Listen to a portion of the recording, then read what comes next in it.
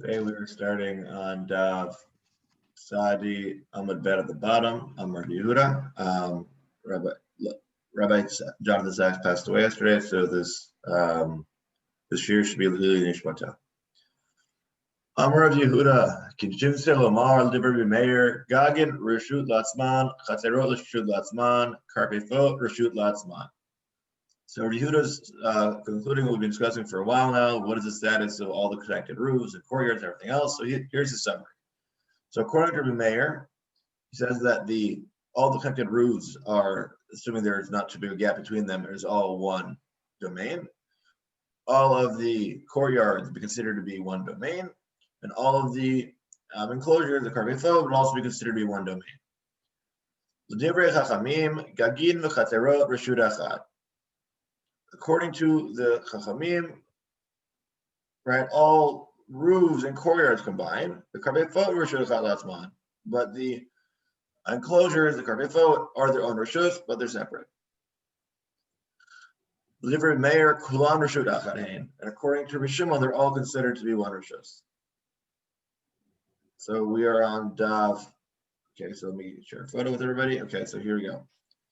So here's an example. We see all the reshuyot. So, right. So the question is, can you view all of these as one reshus or not? So according to the Chachamim, roofs are viewed separately, courtyards are viewed separately, and the enclosure of the karpefot are viewed separately. According to the Chachamim, the Gagim and the Chatzerot could combine, not the karpefot, and according to Rabbi Shimon, all of them combined. So Tanya Kavatei Rav, Tanya Kavatei Rav Yehuda. So we've been supporting that of which Rav said as well as that which Rav Yehuda said. So let's explain each of them. So Tanya Kavatei Rav, so one supports the opinion of Rav, right? That you only get Dal Naman, not the full area. That so Kol Gagot Ha'ir Reshut Achad Hein. All of the roofs of the city are considered to be one domain. Again, we are on the top of Sadi Aleph and Min Aleph. Asur lahalot ulharid min hagagin l'chatzer min hachatzer l'gagin. And so you can't actually carry between roofs, courtyards, and vice versa. V'chelim sheshavtu b'chatzer mutar l'tlan b'chatzer gagin mutar l'tlan b'gagin l'vad shelo yehei gag gavoa asara anamach me'asara. Divrei Rabbi Meir. Okay, so this is another version of Rabbi Meir's opinion where he says you're not allowed to go from one roof to another roof. Sorry, from one roof to a courtyard and vice versa, because they're considered to be different domains. But you're allowed to go within a even set of continuous roofs, or courtyards, assuming there isn't more than a 10 fucking gap between them. All right, this is for using the kalim that were already on the roofs, not by bringing something new onto the roof, because that would be a problem of being able to stuff or really should. The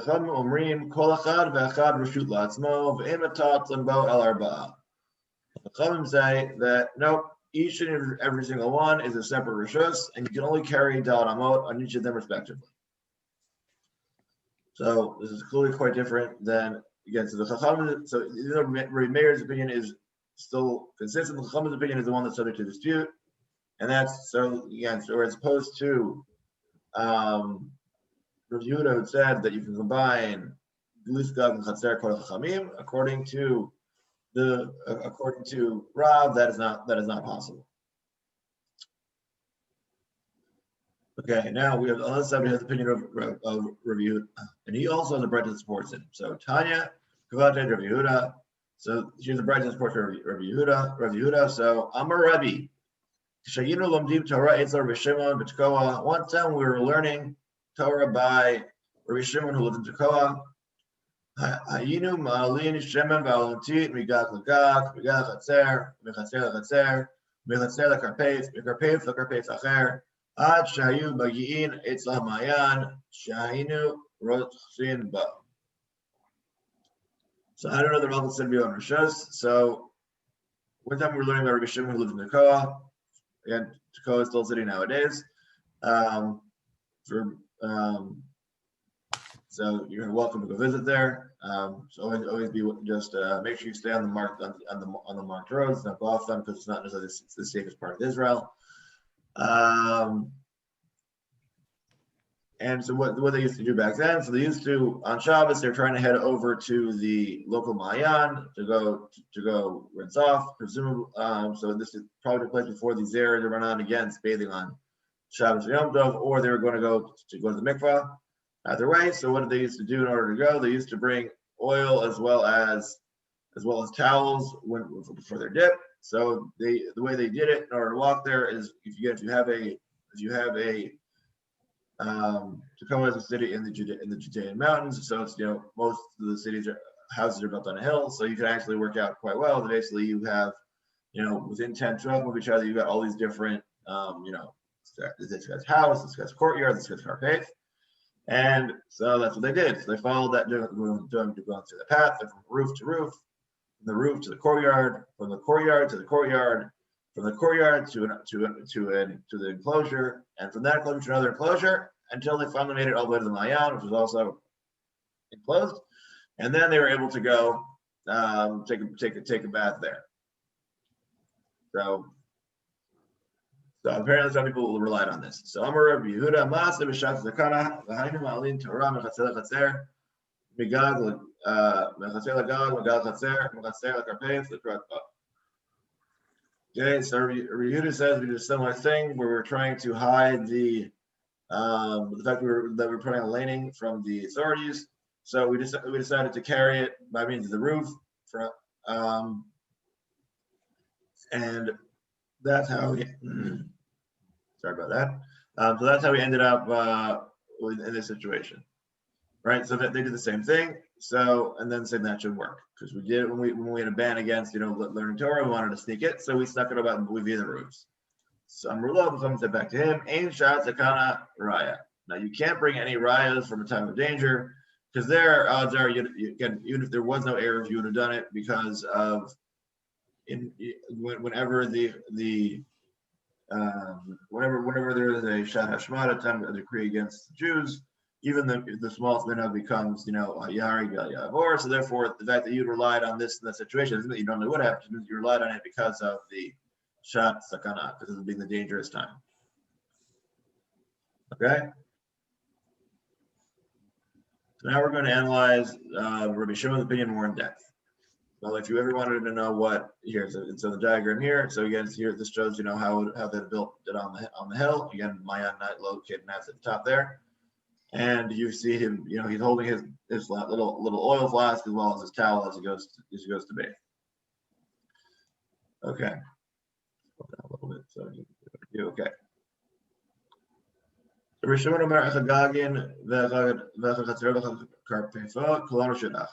Rabbi Shimon's opinion is that all of these private domains that are attached to houses, like all these different ones we've been mentioning, they're all considered to be one reshut in regards to the items that are residing in them. So Amarav halacha Rabbi Shimon v'hu shelo irhu. So Rav says the halacha follows Rabbi Shimon in a case where nobody's made an eruv, that is as far as you're allowed to take the kelim. Aval eruv lo, but if you already made an eruv, you're not allowed to do this with halacha zerot. Because no, because the problem is you might have been moving things that were in your house into the courtyard into the other courtyard, and that would be a problem, right? Because the only issue is moving from a Reshut HaYachid to Reshut HaRabim, or Reshut Rabim to Reshut HaYachid, or 4 Amot and Reshut HaRabim. The rest is all D'Rabbanan. So within the courtyard itself, various courtyards are all the same, are considered to be the same Reshut, but even though the courtyards are all Reshut HaYachid, the house is a different Reshut HaYachid, therefore you can't carry from the house into the courtyard. And so, well, yes, you would carry from for the kalim, you would carry from the one courtyard to another one, but from your house you could not. So therefore, if you set up an eruv, we're afraid that you're going to have moved the item from your house to your courtyard, and then moved it from a courtyard to courtyard, thinking that that's allowed, even though that would not be allowed once you go outside of the area of your because again, the Eruv turns it into one Rishut Yachid, which means that you have one Rishut Yachid, which is called, your house, and one Rishut Yachid, which is called the other person's courtyard, and now you're transferring from your Rishut Yachid into a different Rishut Yachid, which would be a problem.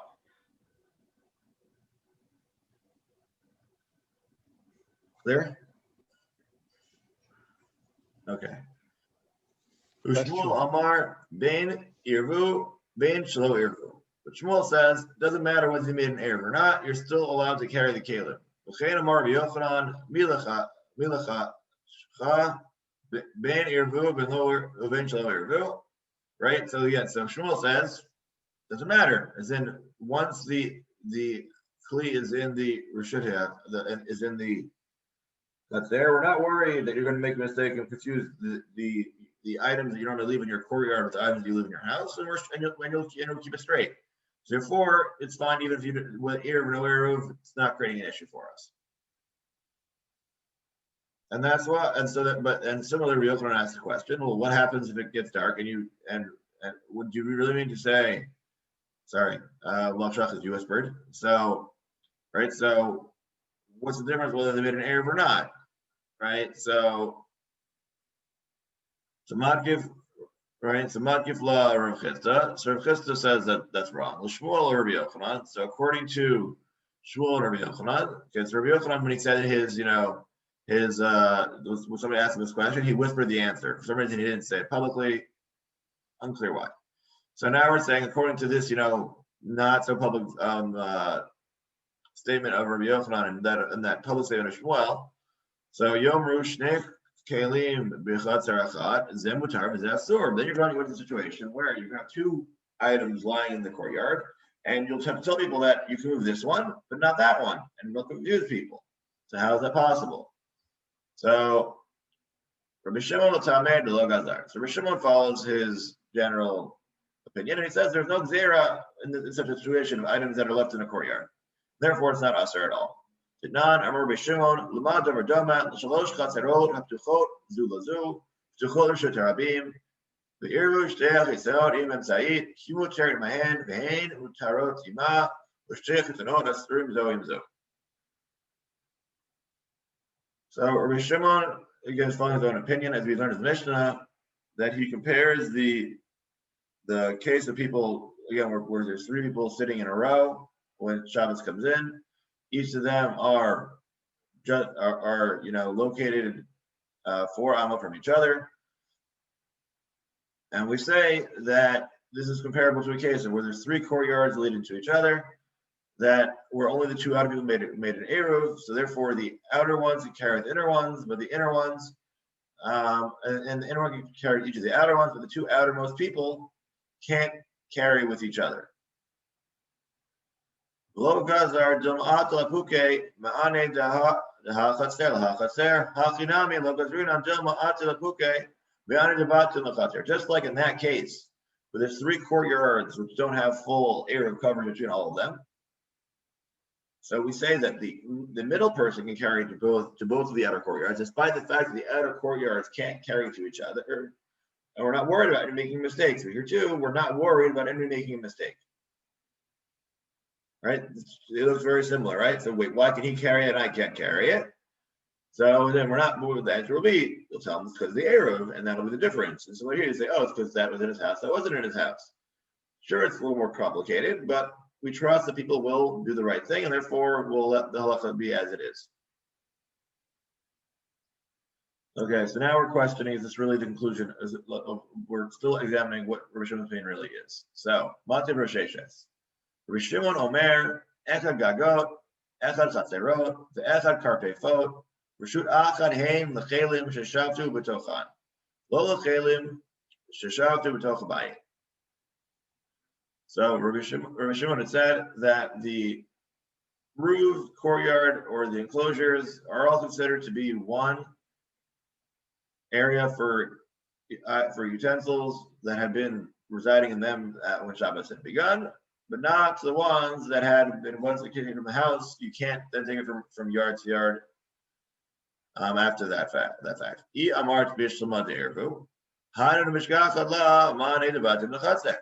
Wait, so I understand the case of where you, so this would make sense in the case of the Eruv, where you're carrying from the house to the chutzner and to the following courtyard. That'll be a problem, which you can't do. Al iyamar b'shlo eruv, but you said there's no eruv. And if you didn't make an eruv, then I don't understand. You wouldn't be able to carry from anybody's house into the courtyard. So what are you talking about? So Rav Sheshet, right, says this would be a problem, but I've got a solution. So here's the solution. That is the case of a hat or a scarf. So if you're wondering what a hat or scarf, because we're talking about in the Arab lands, circa 1800 years ago or so. So the way they dress is the way that nowadays if you notice the way that they dress, the standard, the formal dress in public in the Middle East of the wearing the turban with the shawl on the back. So the kumta is the hat part of that, and the sudra would be the scarf part that goes down the back.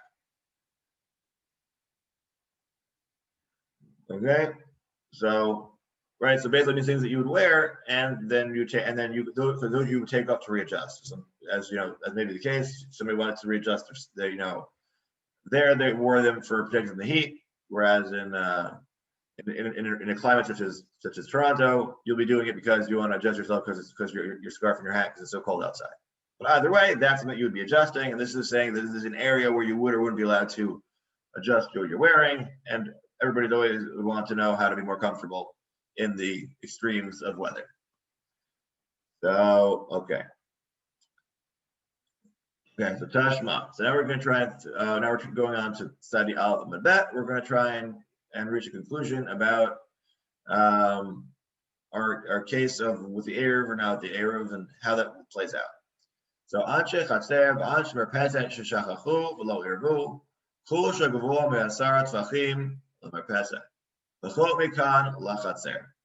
So if we have a case where we have a split level home, right? People living up, we have people living upstairs, people living downstairs, and they didn't make an Eruv together. So, but each of them made one. The upper story made one, the lower story made a separate one. So anything above 10 tefachim is considered to be part of the merpeset. Anything that is less than that is considered to be part of the courtyard, meaning the lower floor's access. Bedor morim shahayu elu shel rabim ve'elu shel rabim ve'ervu elu atzman ve'elu atzman. So when does that apply? We say that whatever the courtyard is for people on the lower floors versus that which is 10 tefachim tall belongs to those who are on the upper story. That's the case where many people lived on both floors, and each of them made their own Eruv. Or if the case is where they each had their own, each of them are individuals, right? It's simply a two-story house. One family lives upstairs, one family lives downstairs, and that was it.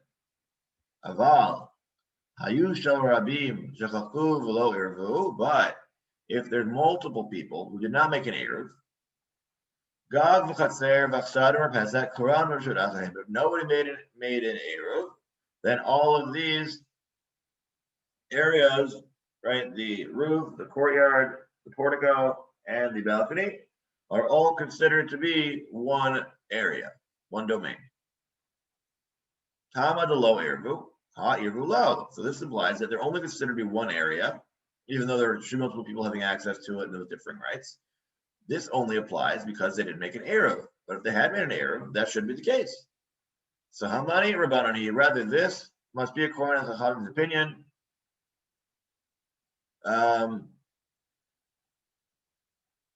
Who say that the roofs and the corners will be considered to be one reshut, not like Rabbi Shimon.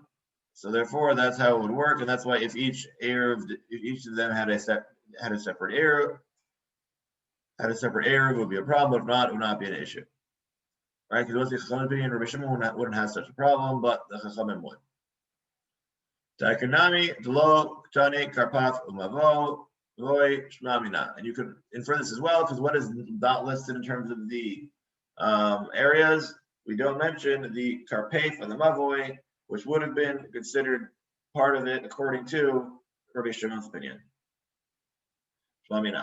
I'll leave off the question of the issue that we had not mentioned mavoi in the with the last of Rabbi Shimon's opinion previously, but for more on that, that would take a little bit longer to explain. So we'll just, basically, it's because you could consider mavoi to be similar to karpef. Basically, the question, if you notice in this final list, we added things that weren't previously included in our discussion. Right? We mentioned the achsadra, the merpesah, which we grouped together. We said those are equivalent to roofs and courtyards. And we also ended up including the mavoi as being similar to the karpef. So the reason behind that being is that even the achsadra and merpesah are considered to be rishon yachids for the most part, whereas there are opinions that say that karpef and mavoi can be considered to be a carmelist, depending on the circumstances and according to different opinions. So that's why that's why mavoi would be go to the karpef. That's a short answer to the question of why that's added. Now it's because they are because in terms of grouping them, that's where they would go, even though we haven't really been discussing them so much until this point. Okay. Okay, so again, here was so this was our 10th case we had earlier. That was questions who gets it. Then we had our case. Okay, and now I think we're over right around here. Yeah, we're over here now. Okay, great. Okay, Tashma. חמש חצרות הפתוחות זו לזו ופתוחות למבוי, שכחו כולם ולא ערבו, אסור להכניס להוציא מחצר למבוי, מהמבוי לחצר. So if we have these, you see in the picture here, where there's these 5 courtyards surrounding, and they're all opening into a common alleyway, and they all forgot to make eruvs. So they can't go from the chatzer to the mavoi, or from the mavoi to the chatzer. So again, this is each individual has their own courtyard, which then leads to the common alleyway. So the chilim sheshavtu the chatzer, mutat t'shlam chatzer mavoi asur, and all of the items that were left in the courtyards can be carried, but they can't be carried into the mavoi. Rabbi Shimon allows you to carry it into the mavoi. So, remember where the source was for Rabbi Shimon holding this? We said earlier. So this is our example. Rabbi Yehuda or Rabbi Shimon Omer Kol Zman Shehein Shel Rabin Shechaku V'Lo Yirvu Gag V'Achsadar Repetitive V'Karpet V'Mavoi Kulan Reshut Achadein. So here's our BAYT that's giving us our full answer for what we were before. Where did the achsadar come from? Where did the mavoi come from? Here we have it. So therefore, according to Rabbi Shimon, it's again, so means that roofs, courtyards, porticos, balconies, various storage enclosures, as well as the alleyway, are all considered to be one reshus for kalim that were left outside. Tama lo irvu, ha'irvu lo. And the reason being, since you didn't make an eruv, therefore all those reshut are also considered to be one. Once you start making an eruv, everything included by the eruv becomes a separate reshus, similar to your house, and that creates our problem. So my lo irvu. So the question is, what do we mean by didn't make an eruv? So we will say lo irvu. We mean lo irvu chatzarot b'dad hadade ha chatzer batim irvu. So we would say, so what did they remember? They remembered to make the eruv so that they could use each of them could use their own respective courtyards, but they didn't combine each of the courtyards together, and that's why the courtyards are able to carry, and we're not going to carry in the mavoi. Halo irvu ktani. So doesn't it say though it said they didn't make an eruv? So what do you mean that they made an eruv? They didn't make an eruv. Now my lo eruv. Now what do you mean by lo irvu? They didn't do their eruv, but they didn't combine properly, right? They didn't become one domain together properly. What should they have done together? Lo nishtafu, right? The really word they meant is lo nishtafu. They do shita b'lo, right? Each of them remember to do their own stuff, the stuff for their own courtyard, but then remember to combine the mavoi via shituf mavot, right? So again, that's the same as we mentioned in the past, according to the Rambam and others, that we say that a Eruv Chatzeret is the way that you get your house to work with your courtyard, and then an shituf mavot is where you get your courtyards to work with the mavoi. So again, it's basically the same mechanism, similar wording. Just here, they used Eruv, like they thought you knew what they meant, and that's what it was. Beit ema Rabbi Shimon Devrahim Drabanan Kamralu. Also possible that Rabbi Shimon was talking within the opinion of Rabbi the Chachamim. Didi lo shna ervu lo shna lo ervu. So Rabbi Shimon was saying that for me, it doesn't matter whether you made an erv or not; it'll be fine. El yidichu oduli miha dehecha de lo ervu shudachari.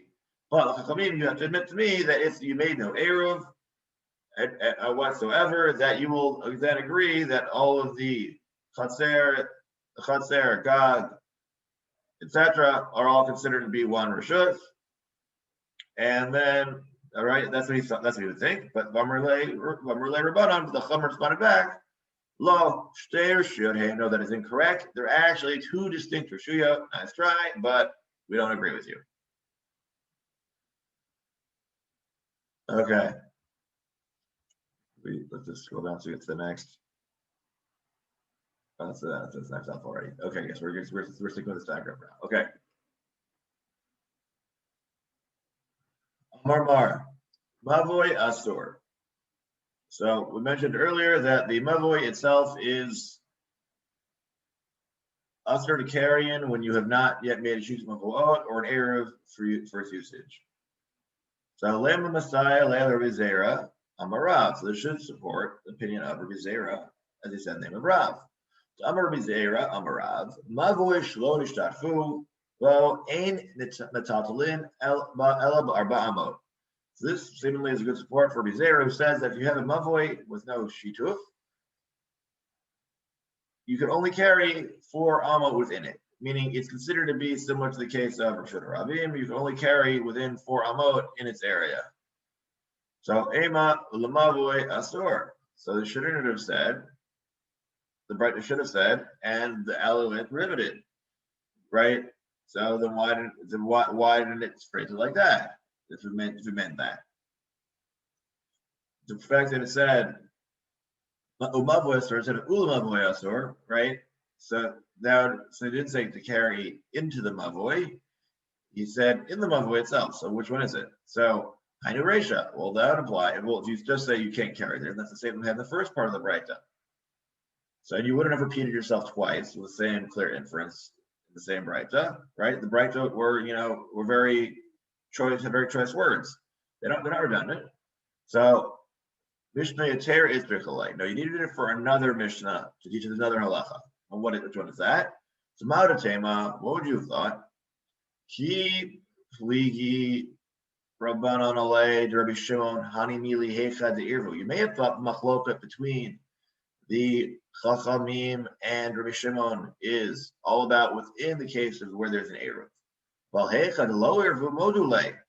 You may have thought that the Chachamim really did agree in the case where you have no Eruv. Mashmalan, that they don't agree.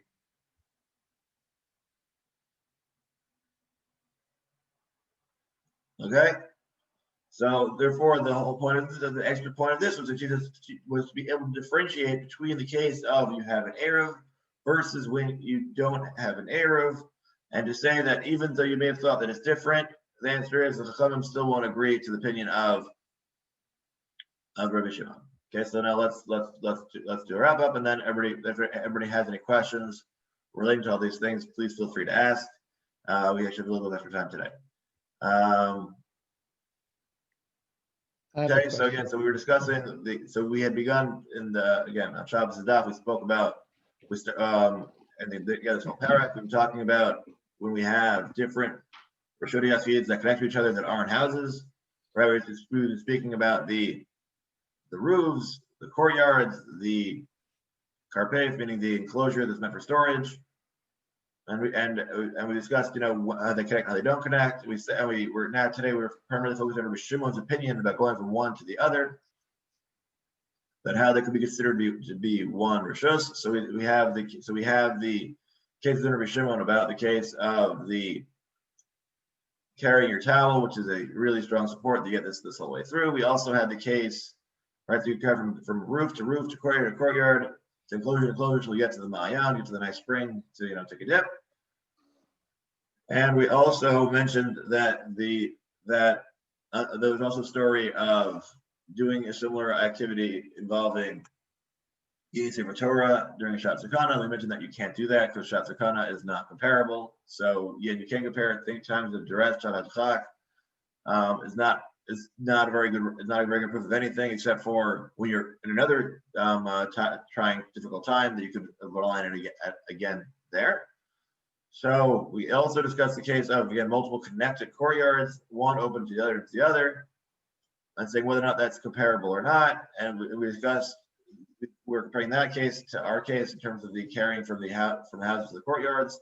The question is, are we worried about you being confused or not? Are we worried that if you allow you to carry from your house to the courtyard, that, right? Because again, the whole thing of carrying things from roof to roof and courtyard to courtyard and carpet and enclosure to enclosure is only if the item had been left on your roof without an Eruv. So we're wondering, A, does that change if you made an Eruv or not? So that's the discussion we have within the opinions of Chachamim and Rabbi Shimon. The question is, once you make an Eruv, does that then change the status of that whole area to being a Rishut HaYachid, and therefore it's a problem of smut to your house, and therefore it's a problem to carry from your house into everybody else's courtyards? Because your courtyard is not your house as well, so therefore this allowance no longer exists. Or we say that we're not worried about that, and we're sure that you will be able to remember which items are which ones are house items, which ones are yard items, which ones are, and where you made your Eruv, or you didn't make your Eruv. So that's the question of how much, again, is there Gzer D'Rabbanan because that is very confusing, or no, there's no Gzer D'Rabbanan because people will remember and will remind each other and it'll be fine. So that was a large part of the debate. We also mentioned the case of even if you can't take the stuff from your house and your courtyard, what was the question of the item that we really don't know about? So that item that we don't know about is the question of the clothing that you would take up to adjust when you're in your courtyard or somebody else's courtyard. So that's where it's really relevant. Because those items you could have carried from the house to your courtyard, which you would not be allowed. Well, yes, you could adjust them when you're in an individual one of these rishuyot, but you would not be allowed to then, once you take it off, carry it from area to area according to any opinion. And that's the item that we're worried that you would end up making a mistake with by holding it in your hand. And lastly, we discussed the case of the many chatzerot open to each other and open into the mavoi, and we discussed whether or not they are viewed to be one unified area or not, whether or not we say that whether or not the case we're dealing with is whether there's each person made their individual Eruv. Did they each make each house its own courtyard had an Eruv, but not each courtyard with each other?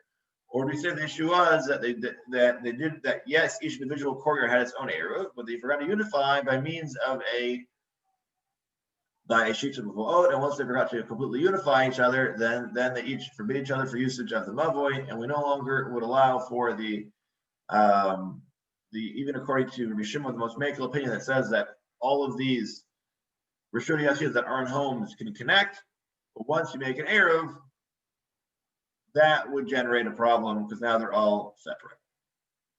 Okay. Does anybody have any questions on the daf? Yeah, I have a question.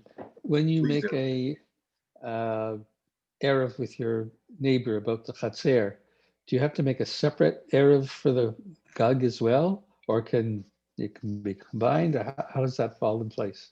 So the answer is you could make, as in if it's a roof with shared access, then you would need to make an Eruv for both. Right. So then if let's say it depends, comes down to the discussion we had earlier. I'll scroll back up. So if the roofs were entirely distinct or were recognizably different, then right. So then you wouldn't necessarily then you could carry on your own roof without an Eruv, And you would need an Eruv to the other person if there's clearly distinct between heights, type-wise, and everything else, or there's an actual gap in the roof. The question comes up if there isn't. Oh, sorry. Here we go. Right. But if the question is, let's say, if there isn't a clear gap and distinction between the two roofs, then and let's say it's nice and it's a smooth transition, then you would need to have an Eruv there, just like you have for your chatzer. Otherwise, it would be forbidden for you to carry on top. So that's separate from the chatzer, that you'd have to. Right, but you could make one Eruv for both of them. Right, you only, for instance, you can only make an Eruv together for your chatzer if the if you and your neighbor both have the same access point to the chatzer. If you have different access, if you don't both have access to that courtyard, there's no Eruv, not a possibility for that particular courtyard. Right. So into the roof. So you both have to have access, and then you can make an Eruv for the same way you make an Eruv for the yard. And yeah, you just have to make sure that you have, the walls around your, again, also make sure there's not like a third guy you can't out of the picture frame. So that guy have to, again, so if the house ends over here, that's great. But if there's a third house over there, you'd also have to be included. Be similar to the case when you have a courtyard, everybody who has access and is using it has to be included. Similarly with the roofs as well. So they're all connected. There isn't a sufficient gap differentiating the roofs from each other. Okay, thank you. Shkoya, have a great day. Take care. Be well, everybody. Bye-bye.